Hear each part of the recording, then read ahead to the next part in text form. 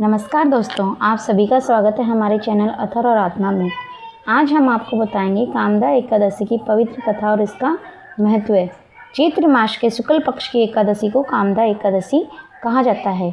मान्यता है कि इस व्रत को करने से सभी पाप नष्ट हो जाते हैं और मनुष्य की सभी मनोकामनाएं पूर्ण होती हैं। तो आइए श्रद्धा और भक्ति के साथ सुनते हैं कामदा एकादशी की कथा। धर्मराज युधिष्ठिर बोले कि हे भगवान, आपको कोटि बार प्रणाम है। मैं आपसे प्रार्थना करता हूँ कि आप कृपया कर चैत्र मास की शुक्ल पक्ष की एकादशी का वर्णन कीजिए। श्री कृष्ण भगवान बोले कि हे राजन, आप एक पुरानी कथा सुनिए जिसको वशिष्ठ जी ने राजा दिलीप से कही थी। राजा दिलीप ने पूछा कि गुरुदेव, चैत्र मास के शुक्ल पक्ष की एकादशी का क्या नाम है, उसमें किस देवता की पूजा होती है तथा उसकी विधि क्या है, सो आप कृपा पूर्वक कहिए। महर्षि वशिष्ठ बोले, हे राजन, चैत्र मास के शुक्ल पक्ष की एकादशी का नाम कामदा है। यह पापों को नष्ट कर देती है, जैसे अग्नि, सूखे काष्ठ आदि को जलाकर नष्ट कर देती है। वैसे ही कामदा एकादशी की पुण्य के प्रभाव से पाप नष्ट हो जाते हैं और पुत्र की प्राप्ति होती है। इसके व्रत से कुयोनि छूट जाती है और अंत में स्वर्ग की प्राप्ति होती है। अतः अब मैं इसका महात्म्य कहता हूँ, ध्यानपूर्वक सुनो। प्राचीन काल में एक भोगीपुर नामक नगर था। वहाँ पर अनेक ऐश्वर्य से युक्त पुंडरीक नाम का एक राजा राज्य करता था। वहाँ अनेकों अप्सरा, गंधर्व, किन्नर आदि वास करते थे। उसी जगह ललिता और ललित नामक के स्त्री पुरुष अत्यंत वैभवशाली घर में निवास करते हुए विहार किया करते थे। वे दोनों एक दूसरे को बहुत प्रेम करते थे और अलग हो जाने पर व्याकुल हो जाते थे। एक समय राजा पुंडरीक गंधर्व सहित सभा में शोभायमान थे। उस जगह ललित गंधर्व भी उनके साथ गाना गा रहा था और उसकी प्रियतमा ललिता उस जगह नहीं थी। इससे मैं उसको याद करने के कारण अशुद्ध गाना लगा। नागराज कर्कट ने राजा पुंडरीक से इसकी शिकायत की। इस पर राजा पुंडरीक ने शाप दे दिया कि अरे दुष्ट, तू मेरे सामने गाता हुआ भी अपनी स्त्री का स्मरण कर रहा है। इसे तू कच्चे मांस और मनुष्यों को खाने वाला राक्षस होगा।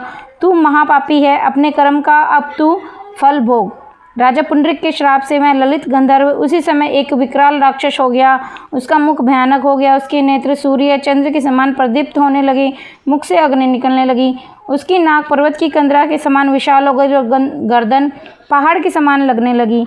उसके सिर के बाल पर्वत पर उगने वाले वृक्षों के समान दिखाई देने लगे। उसकी भुजाएं 2-2 योजन लंबी हो गई।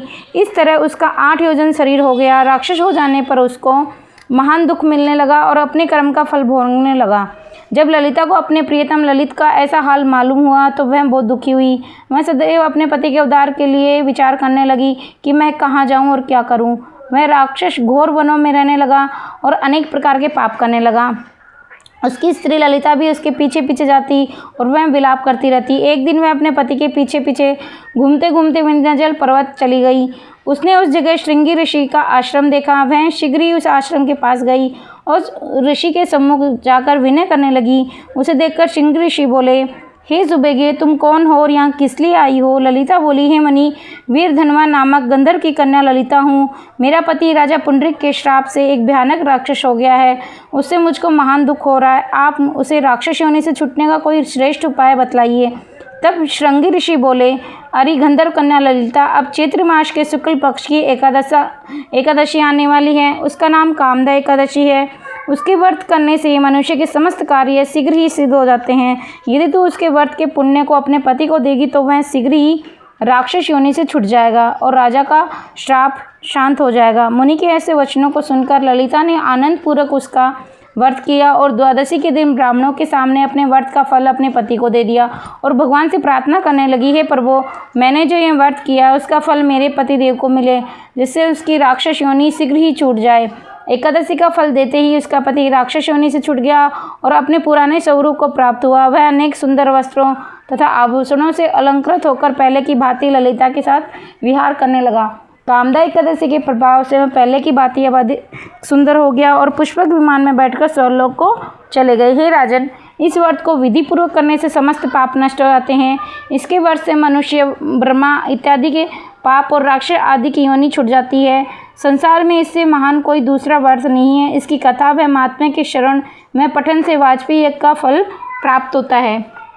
इस कथा से हमें यह सीख मिलती है कि कामदा एकादशी का व्रत करने से बड़े पाप भी नष्ट हो जाती है और भगवान विष्णु की कृपा प्राप्त होती है। अगर आपको यह कामदा एकादशी की कथा पसंद आई हो तो वीडियो को लाइक करें, शेयर करें और चैनल को सब्सक्राइब जरूर करें। धन्यवाद।